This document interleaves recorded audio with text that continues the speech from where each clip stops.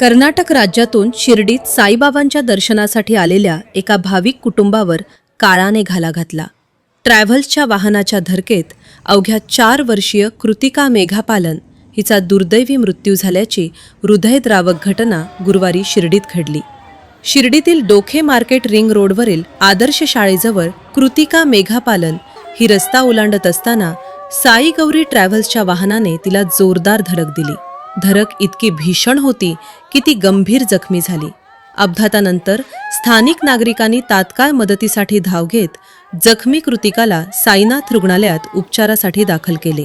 मात्र डॉक्टरांनी तपासणीअंती तिला मृत घोषित केले. या घटनेने तिच्या कुटुंबियांवर दुःखाचा डोंगर कोसळला असून साई दर्शनासाठी आनंदाने आलेल्या कुटुंबाचा प्रवास शोकांतिकेत बदलला. जी मेरा नाम रफ़ीक है मेरा नाम। हम गदग डिस्ट्रिक्ट कर्नाटक से आए और सुबह सुबह इधर 11 बजे आए साईं बाबा दर्शन के लिए। और 11 बजे इधर पार्किंग में गाड़ी खड़ा करके मैं तो रात भर थक गया था, गाड़ी चला के सो गया था। ये लोग क्या करे, मंदिर के लिए निकल गए दर्शन के लिए और मैं सोया था ना, वापस ये दर्शन करके वापस आए गाड़ी की तरफ। आने के बाद क्या हुआ, मैं तो होशियार हो गया ना, ये खाना बनाने लग गए।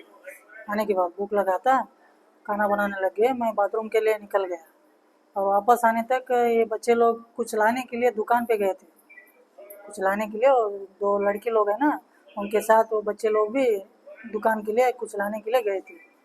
वो बस वाला बच्चे के ऊपर चढ़ा गया रोड क्रॉस करने के टाइम।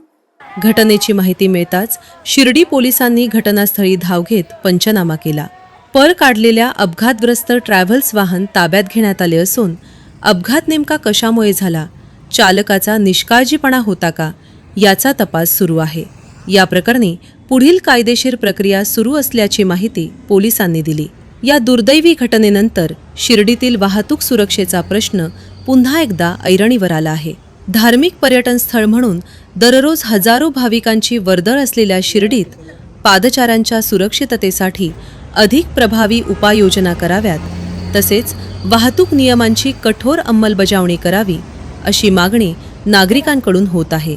मनीष दवंगे पाटील, SP 24 तास, शिर्डी.